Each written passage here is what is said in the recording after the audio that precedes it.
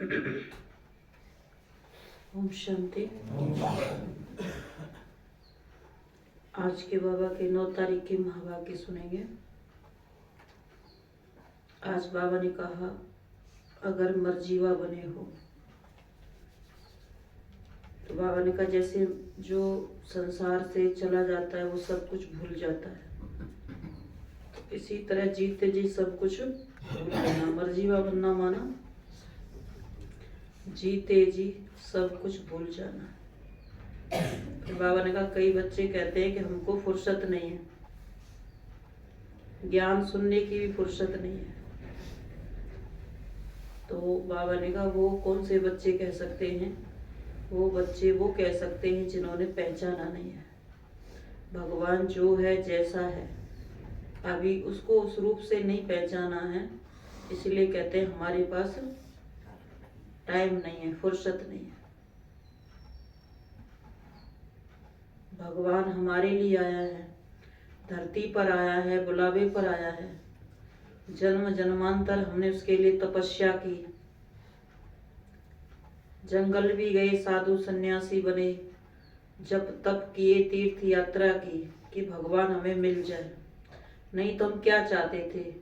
दुनिया में तो भगवान ने सब कुछ दिया है, घर परिवार है, सब संबंधी है, सब कुछ है, फिर भी उसको हम याद करते हैं तो कुछ तो चाहिए ना।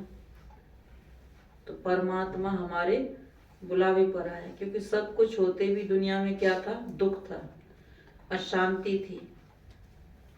तो परमात्मा वह कलह कलेश मिटाने, दुख अशांति को मिटाने आया है कि घर गृहस्थी, घर परिवार ऐसा बन जाए, सुख शांति वाला बन जाए।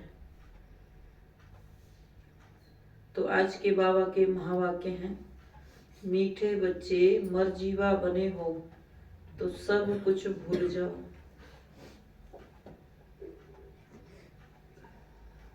मर्जीवा बने हो तो सब कुछ भूल जाए।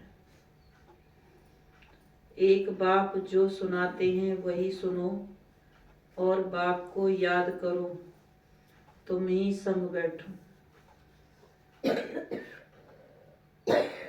सब कुछ भूल जाओ, एक बाप को याद करो, तुम ही संग बैठो। तुम ही संग खाओ, तुम संग मिलन मनाओ।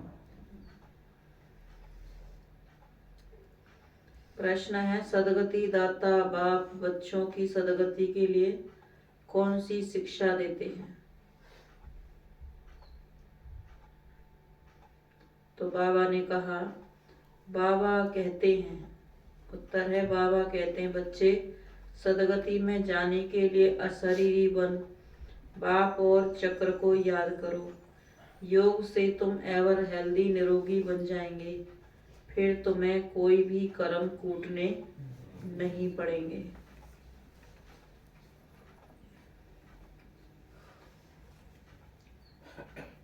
कर्म कूटना माना पश्चाताप करना, कि पहले से पुरुषार्थ कर लेते, पहले से अपना ध्यान रखते, पहले से ये करते तो आज ऐसा नहीं होता। चाहे कुछ भी अपने हाथ में नहीं है फिर भी क्या करते हैं? पश्चाताप करते हैं। तो इसको कहते हैं कर्म कूटना। प्रश्न है, जिनकी तकदीर में स्वर्ग के सुख नहीं है उनकी निशानी क्या होगी? तो बाबा ने कहा उत्तर में, वह ज्ञान सुनने के लिए कहेंगे कि हमारे पास फुर्सत ही नहीं है। वो कभी ब्राह्मण कुल के भांति नहीं बनेंगे। जैसे एक परिवार होता है, परिवार से प्यार, बाबा से प्यार, एक परिवार की अपनेपन की भाषणा, तो वो कभी ब्राह्मण कुल के भांति नहीं बनेंगे। उन्हें पता ही नहीं पड़ेगा कि भगवान भी किसी रूप में कभी आते हैं। अभी यहाँ जो बाबा के बच्चे ब्राह्मण परिवार में आते हैं, बनते हैं, वो सब कौन है? जो पहले कोई किसी को जानता भी नहीं होगा, या जानते होंगे तो लौकिकता होगी, लेकिन अभी वो क्या बन गए? एक ही ईश्वरीय परिवार के बच्चे, सदस्य। और क्या लगता है कि जैसे कि अपने ही रियल भाई बहन है। जबकि रियल से भी इतना नहीं होंगे जितना आपस में एक दूसरे से क्या फील होता है, सच्चाई, एक दूसरे से ईमानदारी, क्योंकि गुणों के साथ जुड़े हुए हैं। उस आसुरी परिवार में जुड़ते हैं वो हिसाब किताब के कारण, और यहाँ जो जुड़े हैं ईश्वरी परिवार में एक दूसरे के गुण और शक्तियों से आपस में क्या है, स्नेह प्यार है, वफादार है, सहयोग है। ये सब क्या है, ये दिव्य गुणों के ऊपर ही है। तो बाबा ने कहा जो ईश्वरी कुल के भांति नहीं है उन्हें पता ही नहीं पड़ेगा कि भगवान भी किसी रूप में कभी आते हैं।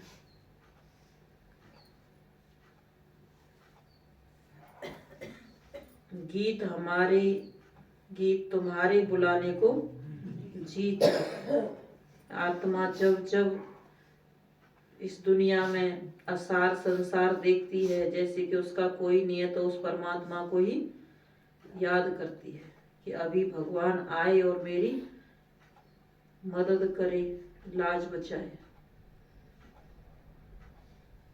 ओम शांति। भगवान बैठ भक्तों को समझाते हैं।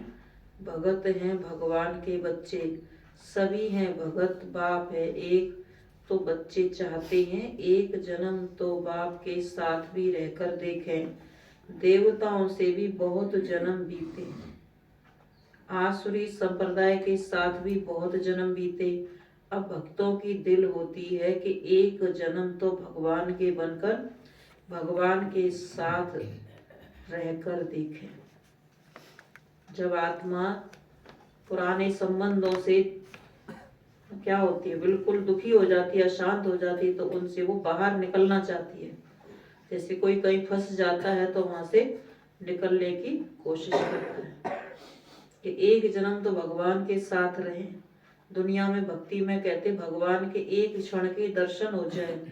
एक क्षण के दर्शन के लिए भक्ति मार्ग में कितनी लंबी लाइन में खड़े होते हैं। उन भक्तों को देखो, चाहे सर्दी है चाहे गर्मी है, कुछ भी है, वो लंबी लाइन में खड़े रहते हैं। तो उनकी वो तपस्या है इतने घंटे की। यहाँ जीवन ही तपस्वी जीवन है और वो उनकी तपस्या है। भगवान को राजी कर लेते हैं अल्पकाल में।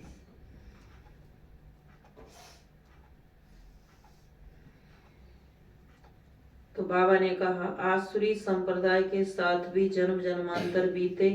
अब भक्तों की दिल होती है एक जन्म तो भगवान के बनकर भगवान के साथ रहकर देखें।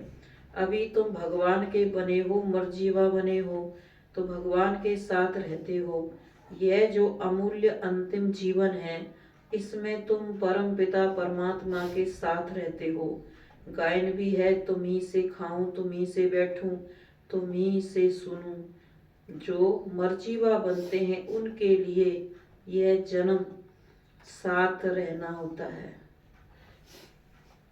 बाबा ने कहा इस अंतिम जन्म में भगवान के साथ कौन रहते हैं, जो मर्जीवा बनते हैं, माना अपने देह के सब पुराने संबंधों को छोड़ एक परमात्मा से अपने सारे संबंध जोड़ते हैं। और जोड़ना माना निभाना।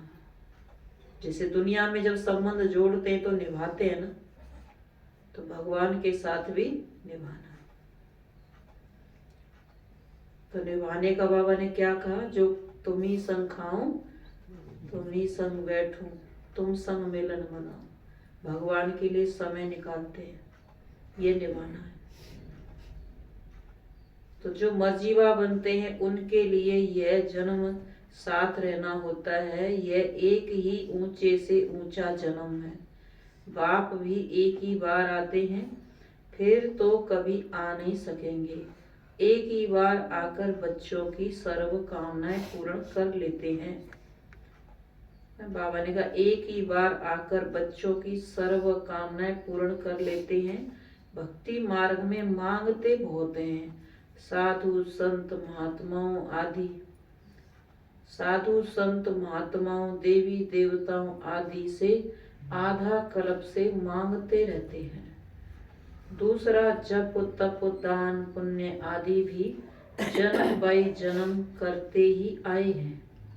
मांगते भी आए और जप तप आदि करते भी आए हैं। कितने शास्त्र पढ़ते हैं, अनेकानेक शास्त्र मैगजीन आदि बनाते थकते ही नहीं है। समझते हैं भगवान ही आकर, समझते हैं इनसे ही भगवान मिलेगा। परंतु अब बाप खुद कहते हैं तुम जन्म जन्मांतर जो कुछ पढ़े हो और अब यह जो कुछ शास्त्र आदि पढ़ते हो, इनसे कोई मेरी प्राप्ति नहीं है। बाबा ने कहा इनसे कोई मेरी प्राप्ति नहीं होगी। बहुत किताबें आती हैं, क्रिश्चियन लोग भी कितना सीखते हैं, अनेक भाषा में बहुत कुछ लिखते ही रहते हैं, परंतु पढ़ते ही रहते हैं। बाबा ने कहा बहुत किताबें आती हैं, तो किताबों में है कि फलाना, पढ़ते ही रहते हैं। अब बाप कहते हैं जो कुछ पढ़ा है वह सब भूल जाओ अथवा बुद्धि से मार दो। सब कुछ भूल जाओ अर्थात बुद्धि से मार दो। बहुत किताबें पढ़ते हैं, किताबों में है फलाना भगवान है, फलाना अवतार है। बाबा क्यों कहते हैं अनपढ़ माताएं बहुत अच्छी हैं? क्योंकि उन्होंने ना पढ़ा है तो उनको भूलने के लिए भी कोई जरूरत नहीं है। उनके लिए सहज पुरुषार्थ है, वाह वाह करते रहे, उसमें ही उनका कल्याण है। और जिन्होंने बहुत कुछ पढ़ा है तो बाबा ने कहा उनको बहुत कुछ भूलने में, उसको मिटाने में पुरुषार्थ भी उतना ही करना पड़ता है।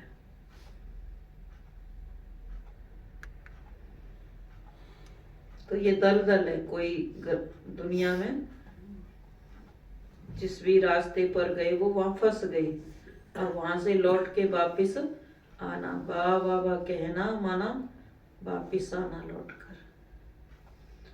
तो अब बाप कहते हैं जो कुछ पढ़े हो सब भूल जाओ, सब अथवा बुद्धि से मार दो। बहुत किताबें पढ़ते हैं। तो बाबा ने कहा, अब बाप कहते हैं मैं खुद आता हूँ, जो मेरे बनते हैं उनको मैं कहता हूँ इन सब को भूल जाओ। सारी दुनिया की और तुम्हारी बुद्धि में जो बात नहीं है वह अब मैं तुमको सुनाता हूँ। अब तुम बच्चे समझते हो, बरोबर बाबा जो समझाते हैं वह कोई शास्त्र आदि में नहीं है। बाप बहुत गुह्य और रमणीक बातें समझाते हैं। ड्रामा के आदि मध्य अंत, रस्ता और रचना का सारा समाचार तुमको सुनाते हैं। फिर भी कहते हैं अच्छा जास्ती नहीं तो 2 अक्षर भी याद करो, मन मनाभव मध्या जीव, माना बाप और वर्षे को याद करो। तो बाबा ने कहा यह अक्षर तो भक्ति मार्ग की गीता के हैं, परंतु बाप इसका अर्थ अच्छी रीति समझाते हैं। भगवान ने तो जरूर राजयोग सिखाया है। कहते हैं सिर्फ मुझे याद करो, कहते हैं सिर्फ मुझ बाप को याद करो। भक्ति में भी बहुत याद करते हैं, करते थे याद, गाते भी हैं दुख में सुमरण सब करे, सुख में करे न कोई। फिर भी कुछ भी समझते नहीं हैं। जरूर सत्युग त्रेता में सुख की दुनिया है तो याद क्यों करेंगे। अब बाबा ने कहा माया के राज्य में दुख होता है तब आपको याद करना होता है, और फिर सतयुग में अथाह सुख भी याद आता है। उस सुख की दुनिया में वही थे जिन्होंने बाप से संगम युग पर राजयोग और ज्ञान सीखा था। बच्चों में देखो हैं कैसे अनपढ़े, उन्हों के लिए तो और ही अच्छा है। जो माताएं अनपढ़ है ना वो क्या सोचती हैं, हम तो पढ़े लिखे नहीं हैं, हमें तो कुछ आता नहीं है। उनको कहो ज्ञान सुनाओ तो कहेंगे हमें तो कुछ आता नहीं, हम तो पढ़े लिखे नहीं हैं। तो बाबा क्या कहते हैं कि जो बाबा से सुन रहे हो वो दूसरों को सुनाएंगे तो आपके ज्ञान में ताकत है। और जो बहुत कुछ पढ़े हुए होते हैं वो ज्ञान कम सुनाते हैं और बातें ज्यादा सुनाते हैं। भक्ति की बातों को भी बीच मिला देते हैं तो वो ज्ञान का रस नहीं मिलता है। तो माताएं जो भी सुनाती हैं उनका वो बात भी दूसरों के दिल में उतर जाती है, क्योंकि अनुभवी होती हैं। तो बाबा ने कहा, देखो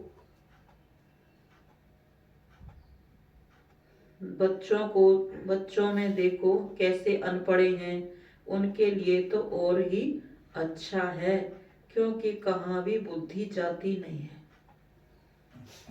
यहाँ तो सिर्फ चुप रहना है, मुख से कुछ भी कहना नहीं है। सिर्फ बाबा को याद करते रहो तो विक्रम विनाश होंगे, फिर साथ ले जाऊंगा। यह बातें कुछ न कुछ गीता में है। भक्ति मार्ग में जो व्रत करते हैं वहां भी तो क्या होता है, कथाएं सुनते हैं, सुनाने वाले और होते हैं, कई तो याद कर लेते हैं, उनको मुख से बोल के मुंह जबानी दूसरों को सुना देते हैं, तो वो भी तो करते हैं ना भक्ति मार्ग में। तो ऐसे ही बाबा कहते ज्ञान को सुन लो, याद कर लो, फिर उसको दूसरे को सुना दो कहानी के मुआफिक। तो कितना सहज ज्ञान है।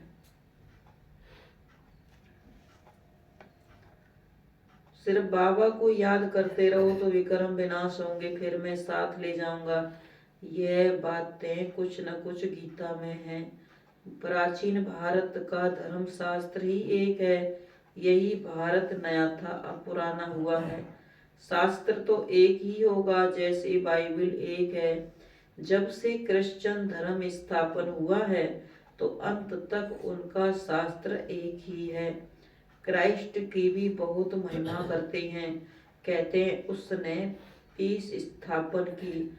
अब उसने तो आकर क्रिश्चियन धर्म की स्थापना की, उसमें पीस की तो कोई बात ही नहीं है। जो आते हैं उनकी महिमा करते रहते हैं, क्योंकि अपनी महिमा को भूले हुए हैं। बौद्ध क्रिश्चियन आदि अपने धर्म को भूल गए हैं।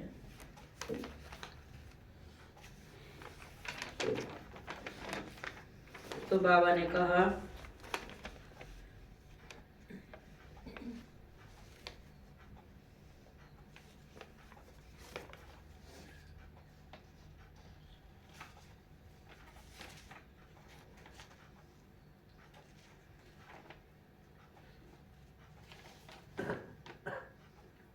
तो अपने धर्म को छोड़ और धर्मों की महिमा करेंगे। भारतवासियों का अपना धर्म है, अपना धर्म है नहीं, यह भी ड्रामा में नूद है।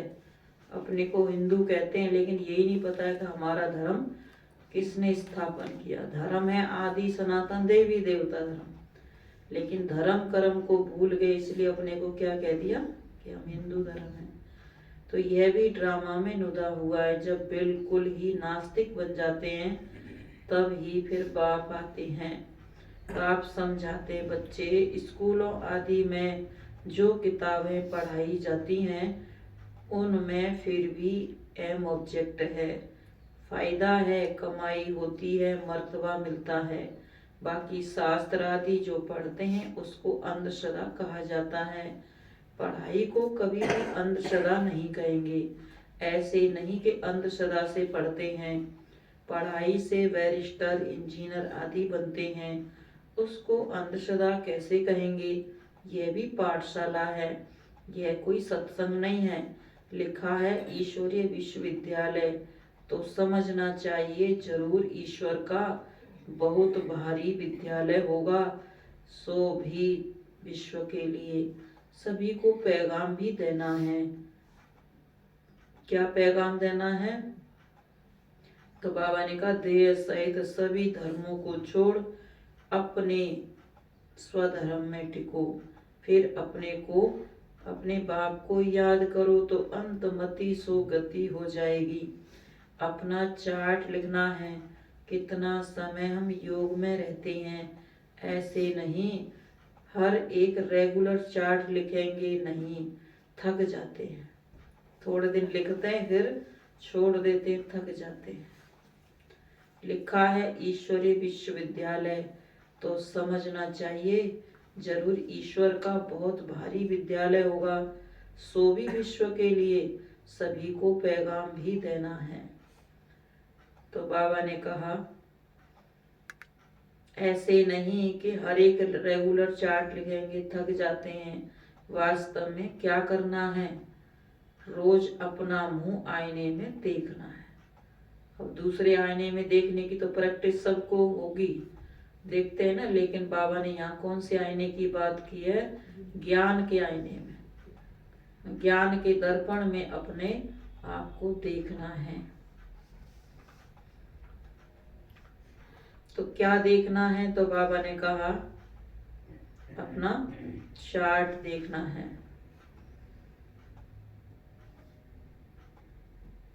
तो पता पड़ेगा कि हम लक्ष्मी को व सीता को भरने के लायक हैं, वह प्रजा में चले जाएंगे। पुरुषार्थ तीव्र कराने के लिए चार्ट लिखने को कहा जाता है। और देख भी सकते हैं कि हमने कितना समय शिव बाबा को याद किया। सारी दिनचर्या सामने आ जाती है, जैसे छोटेपन से लेकर सारे आयु की जीवन याद रहती है ना, तो क्या एक दिन का याद नहीं पड़ेगा। देखना है हम बाबा को और चक्र को कितना याद करते हैं। ऐसी प्रैक्टिस करने से रुद्रमाला में पिरोने के लिए दौड़ी जल्द पहनेंगे। यह है योग की यात्रा, जिसको और कोई नहीं जानते तो सिखा कैसे सकते हैं। योग की यात्रा जब कोई जानते ही नहीं है तो सिखा कैसे सकते हैं। इसलिए दुनिया ने कितने प्रकार के योग सिखा दिए, लेकिन सब योगों का राजा है यह राजयोग, जो परमात्मा सिखलाते हैं। तुम जानते हो अब बाबा के पास लौटना है। बाबा का वर्षा है ही राजाई, इसलिए इस पर नाम पड़ा है राजयोग। तुम सब राज ऋषि हो, वह है हठ योग ऋषि, वह भी पवित्र रहते हैं। राजाई में तो राजा रानी प्रजा सब चाहिए। सन्यासियों में तो राजा रानी है नहीं, उन्हों का है हद का वैराग्य। तुम्हारा है बेहद का वैराग्य। वह घर बार छोड़ फिर भी इस विकारी दुनिया में ही रहते हैं। तुम्हारे लिए तो इस दुनिया के बाद फिर है स्वर्ग माना दैवी बगीचा, तो वही याद पड़ेगा। यह बात तुम बच्चे ही बुद्धि, बाबा ने कहा यह बात तुम बच्चे ही बुद्धि में रख सकते हो। बहुत हैं जो चार्ट लिख भी नहीं सकते, चलते चलते थक पड़ते हैं। बाबा कहते हैं बच्चे अपने पास नोट करो कि कितना समय मोस्ट बिलवेड बाप को याद किया। जिस बाप की याद से ही वर्षा लेना है।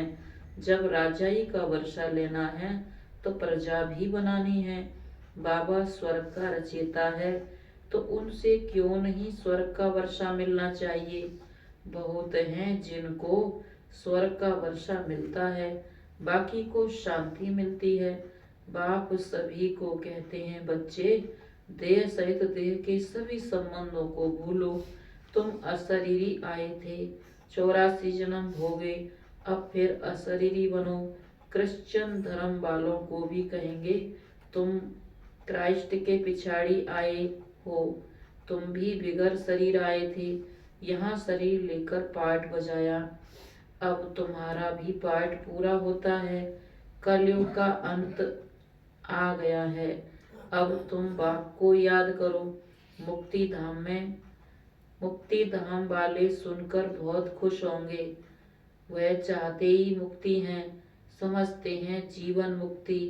सुख पाकर फिर भी दुख में आएंगे, इससे तो मुक्ति ही अच्छी है। जो आत्मा ज्यादा समय तक मुक्ति धाम में रहती है, उसको इस दुनिया में आने के बाद ही मुक्ति ही याद आती है। वो जन्म मरण में आना पसंद नहीं करते, कहते इससे तो वो दुनिया अच्छी है शांति की। यह भी नहीं जानते कि सुख तो बहुत है। हम आत्माएं परम धाम में बाप के साथ रहने वाली हैं। अब सुख धाम में जाना है तो पुरुषार्थ करना है।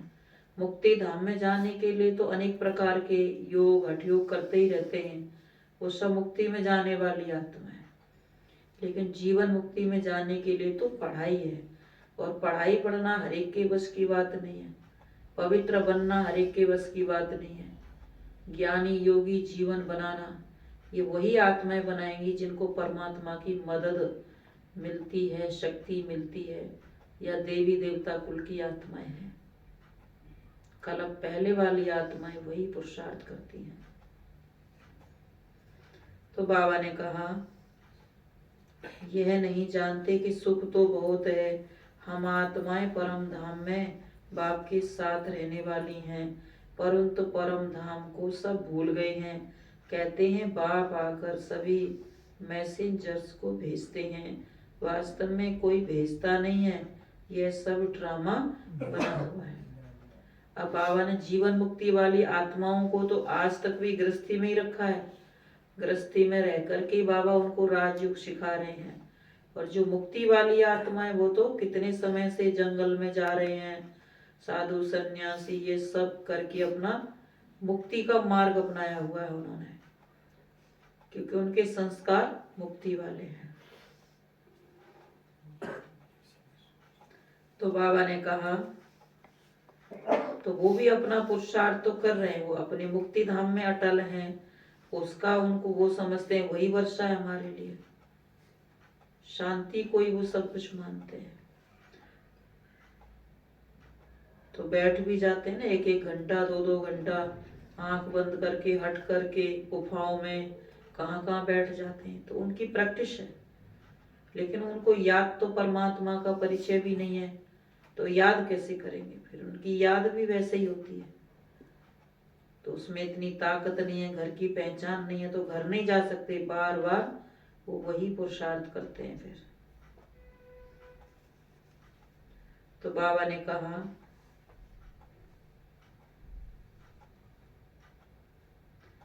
बाकी सब पतित, बाकी अक्षर ही 2 हैं, सदगति में चले जाते हैं, मुक्ति और जीवन मुक्ति।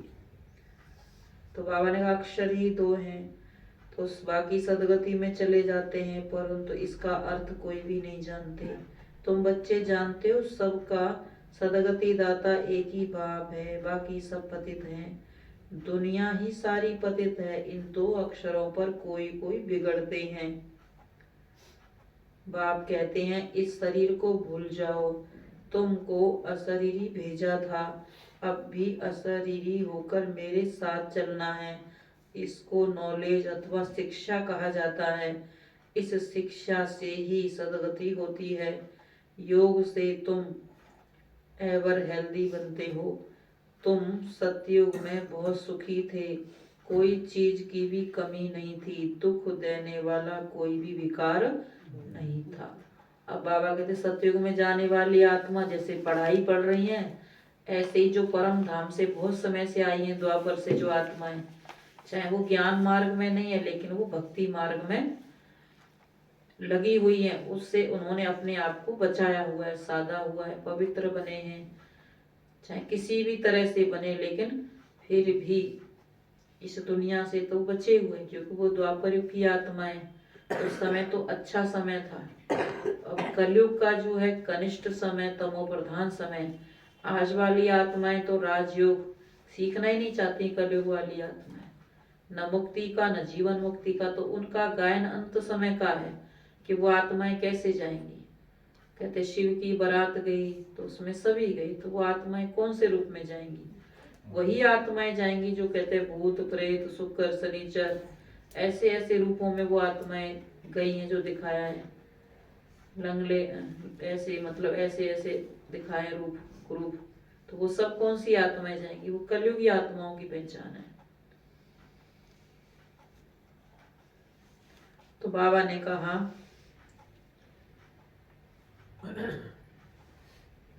तुम सतयुग में बहुत सुखी थे, कोई भी चीज की कमी नहीं थी। तो बाबा कहते हैं इस शिक्षा से ही सदगति मिलती है, योग से एवर हेल्दी बनते हो। तुम सतयुग में बहुत सुखी थे, कोई चीज की कमी नहीं थी, दुख देने वाला कोई विकार नहीं था। मोहजीत राजा की कथा सुनाते हैं। बाबा कहते हैं मैं तुमको ऐसे कर्म सिखाता हूँ जो तुमको कभी कर्म कूटने नहीं पड़ते। वहाँ ऐसी ठंडी भी नहीं होती है। ठंडी लगती है ना सर, तो बाबा कहते वहाँ ऐसी ठंडी नहीं होती है। अभी तो 5 तत्व भी तमो प्रधान है। चलो फिर भी भारतवासियों को तो यह कभी सर्दी कभी गर्मी, और जो विदेशी होते हैं उनको तो 12 मास ही ऐसी ठंडी रहती है वहां पर। वो सोचो वो कैसे रहते होंगे, क्या वो पुरुषार्थ नहीं करते, क्या मुरली नहीं पढ़ते, क्या नहीं करते, नौकरी धंधा सब कुछ करते। तो जैसा समय जैसी परिस्थिति वैसा फिर अपनी स्थिति भी मजबूत बनानी पड़ती है। तो कभी सर्दी कभी गर्मी कभी बहुत ठंडी, वहां ऐसी आपदाएं नहीं होंगी। इसलिए सतयुग में देवी देवताओं की जो ड्रेस दिखाते हैं, ऐसे नहीं कि सर्दी वाली अलग है गर्मी वाली अलग है, ऐसी पोशाक नहीं होती है, क्योंकि वहां सर्दी गर्मी होती नहीं है, बाहरी मौसम होता है। तो वहां ऐसी आपदाएं भी नहीं होती हैं, सदैव बसंत ऋतु रहती है। नेचर सतो प्रधान है। जैसे विचार अच्छे हैं, जीवन अच्छी है, दुनिया अच्छी है, तो वहां प्रकृति भी सुंदर। तो बाबा ने कहा प्रकृति की बनी हुई चीजें भी बहुत सुंदर होती हैं, सुख देने वाली होती हैं। अभी नेचर तमो प्रधान है, खान पान विचार सब क्या है, तमो प्रधान है। तो अच्छे आदमी कैसे हो सकते हैं? कहते हैं नहीं तो बहुत अच्छे आदमी है, बहुत बड़े हैं, तो कैसे अच्छे आदमी हो सकते हैं? इतने बड़े बड़े भारत के मालिक सन्यासियों के पीछे फिरते रहते हैं, किस लिए? सिर्फ उनके पास पवित्रता है, शांति है, उसके लिए। थोड़ा जाते हैं, बैठते हैं, उनसे थोड़ी बातें सुनते हैं, तो उनके जो पवित्र वाइब्रेशन, शांति वाले वाइब्रेशन उनको मिल जाते हैं, तो उनको अच्छा लगता है, तो वो जाते रहते हैं। तो उनके पास बच्चियां जाती हैं तो कहते हैं फुर्सत नहीं है। वो बड़े आदमी जो होते हैं उनके पास जाएंगे तो क्या कहेंगे, हमारे पास टाइम नहीं है, और खुद अपनी शांति के लिए वो फिर जगह ढूंढते रहते हैं, आश्रम आदि जाते हैं। इससे समझ जाते हैं कि इनकी तकदीर में स्वर्ग के सुख नहीं है, ब्राह्मण कुल के भांति बनते नहीं हैं। इनको पता ही नहीं है कि भगवान कैसे और कब यहाँ आते हैं। शिव जयंती मनाते हैं, परंतु शिव को सभी भगवान नहीं समझते। अगर उनको परम पिता परमात्मा समझते तो शिव जयंती के दिन हॉलीडे मनाते। शिव बाबा की भी शिव जयंती शिवरात्रि के दिन छुट्टी मनाते और धूमधाम से शिव जयंती मनाते। बाप कहते हैं मेरा जन्म भी भारत में होता है, मंदिर भी यहाँ है, जरूर किसी शरीर में प्रवेश किया होगा। दिखाते हैं दक्ष प्रजापति ने यज्ञ रचा, तो क्या उसमें आया होगा? ऐसे भी नहीं कहते। श्री कृष्ण तो होता ही है सतयुग में। बाबा खुद कहते हैं मुझे ब्रह्मा मुख द्वारा ब्राह्मण वंशावली रचनी है, कोई को भी तुम यह समझा सकते हो। बाबा कितना सहज समझाते हैं। उसमें भी दिखाते हैं ना, जो दक्ष प्रजापति था दिखाते हैं, उसकी जो पुत्रियां थी पुत्र थे सब क्या बन गए, वो भी सब मानो भक्ति मार्ग में दिखाते हैं, सब सन्यासी बन गए, सब भक्ति मार्ग में या मतलब अच्छे विचारों में, सबको अच्छी अच्छी उसमें भेजा, धार्मिक बातों में। तो वो है यहाँ की संगम युग की बात है, लेकिन उन्होंने फिर और स्थूलता में उनको दिखा दिया और ध्यान इधर उधर करा दिया, कहाँ की बात कहाँ ले गई। तो है ये प्रजापिता ब्रह्मा, जो शिव बाबा के जो बच्चे बनते हैं ब्रह्मा मुख वंशावली, वो ब्रह्मा कुमार कुमारियां हैं।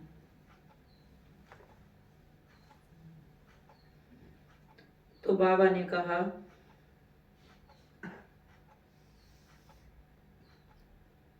ब्राह्मण कुल के भांति बनते नहीं है, इनको पता ही नहीं है कि भगवान कैसे आकर कैसे कब यहाँ आते हैं, शिव जयंती मनाते हैं परंतु जानते नहीं हैं। बाप कहते हैं मेरा जन्म भारत में होता है, मंदिर भी यहाँ है, जरूर किसी शरीर में प्रवेश किया होगा। दिखाते हैं दक्ष प्रजापति ने यज्ञ रचा, तो क्या उसमें आया होगा, ऐसे भी नहीं कहते। श्री कृष्ण तो होता ही सतयुग में है। बाप खुद कहते हैं मुझे ब्रह्मा मुख द्वारा ब्राह्मण वंशावली रचनी है, कोई को भी तुम यह समझा सकते हो। बाबा कितना सहज समझाते हैं, सिर्फ याद करो, परंतु माया इतनी प्रबल है जो याद करने ही नहीं देती है। आधा कल्प की दुश्मन है, इस दुश्मन पर जीत पानी है। भक्ति मार्ग में मनुष्य ठंडी में स्नान करने जाते हैं। अब बाबा याद दिला रहे हैं, कई बच्चे ठंडे हो जाते हैं ना कि ठंडी बहुत है, तो बाबा ने कहा उनको देखो, आपको तो सेंटर तक ही जाना होता होगा, पाठशाला तक ही जाना है या मधुबन तक ही जाना है, तो बार बार तो उनको देखो वो कितनी ठंडी में पानी में जाके स्नान करते हैं, सोचो। तो बाबा ने कहा यहाँ तो फिर भी आराम तो है, कोई ऐसे तो नहीं है कि पानी में डुबकी लगानी है।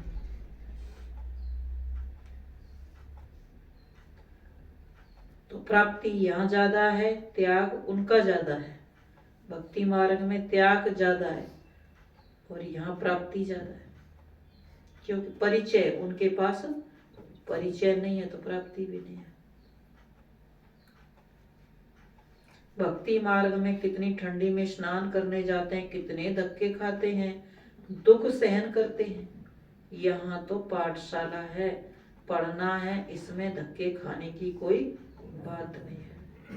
जो 84 कोस की परिक्रमा करते हैं वो नंगे पैर भी करते हैं, चप्पल आदि कुछ भी नहीं पहनते पैरों में। आप सोचो आजकल तो पता नहीं है तो कितना भक्ति मार्ग में मेहनत करते हैं।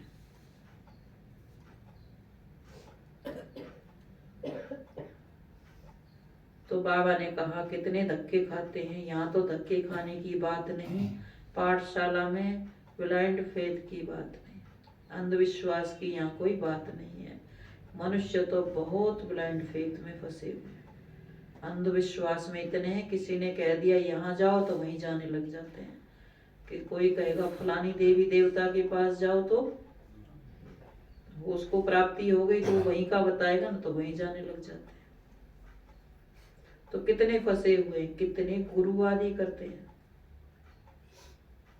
मनुष्य पावन का, परंतु मनुष्य तो कभी मनुष्य की सदगति कर नहीं सकते। जो भी मनुष्यों को गुरु बनाते हैं वह ब्लाइंड फेथ हुआ ना। ब्रह्मा बाबा ने भी 12 गुरु बनाए थे, तो एक से भी सदगति नहीं हुई। जब परमात्मा मिला तब सदगति मिली। आजकल छोटे बच्चों को भी गुरु कराते हैं, नहीं तो कायदा है वानप्रस्थ में गुरु करने का, नहीं तो कायदा नहीं है कि वानप्रस्थ में गुरु करने का है। छोटे बच्चे को गुरु की अभी क्या जरूरत है, उसके लिए तो कहते हैं बच्चा तो महात्मा से भी बड़ा है, ऊंचा है, इनोसेंट है, तो उसको गुरु कराने की क्या जरूरत है। नहीं तो कायदा नहीं है वानप्रस्थ में गुरु करने का है। आजकल करा देते कि पता नहीं कब शरीर छोड़ जाए, कब चला जाए, तो पहले से ही गुरु करा देते हैं। अच्छा, मीठे मीठे सिकिलदे बच्चों प्रति माता पिता बाप दादा का याद प्यार गुड मॉर्निंग। रूहानी बाप की रूहानी बच्चों को नमस्ते।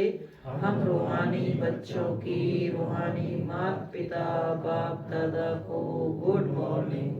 नमस्ते नमस्ते बाबा नमस्ते।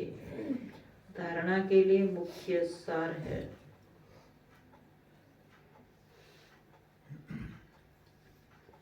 तीव्र पुरुषार्थ के लिए याद का चार्ट जरूर रखना है।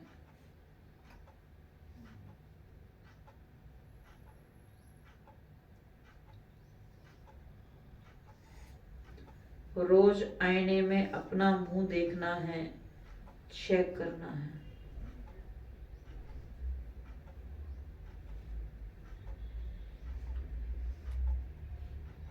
हम मोस्ट बिलवेड बाप को कितना समय याद करते हैं। ये चेक करना है हम मीठे बाबा को कितना समय याद करते हैं। दूसरी पॉइंट, जो कुछ पढ़ा है वह भी भूल चुप रहना है।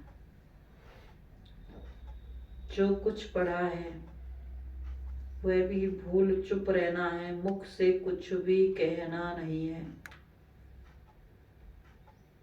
बाप की याद से विकर्म विनाश करने हैं।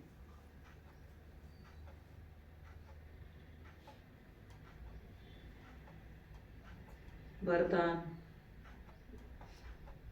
हर बात में मुख सेवा मन से बाबा बाबा कहे, मैं पन को समाप्त करने वाले सफलता मूर्त भव।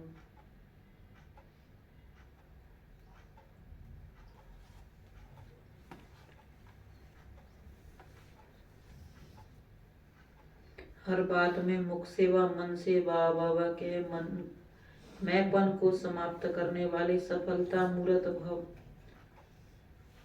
आप अनेक आत्माओं के उमंग उत्साह को बढ़ाने के निमित्त बच्चे कभी भी मैंपन में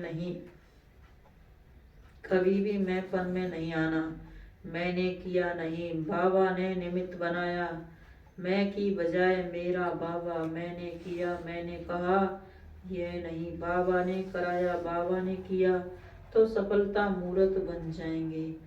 जितना आपके मुख से बाबा बाबा निकलेगा उतना अनेकों को बाबा का बना सकेंगे। जितना आपके मुख से बाबा बाबा निकलेगा उतना अनेकों को बाबा का बना सकेंगे। सबके मुख से यही निकले कि जिनकी तात और बात में बस बाबा ही है, इनकी तात और बात में सब बाबा ही है। स्लोगन है, संगम युग पर अपने तन मन धन को सफल करना और सर्व खजानों को बढ़ाना ही समझदारी है। अपने तन मन धन को सफल करना और सर्व खजानों को बढ़ाना ही समझदारी है।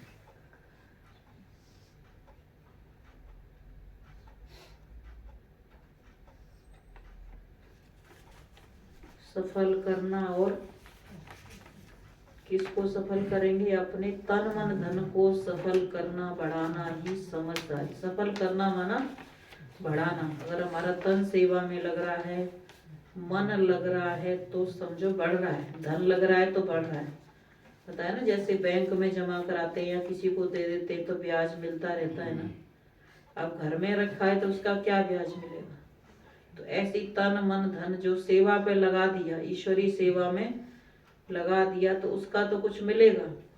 लेकिन जो लगाया ही नहीं है, अपने प्रति ही यूज कर रहे हैं, उसका तो कुछ नहीं मिलेगा। चलो, अपने प्रति भी यूज कर रहे हैं, उसमें भी तो सेवा में लगना चाहिए ना।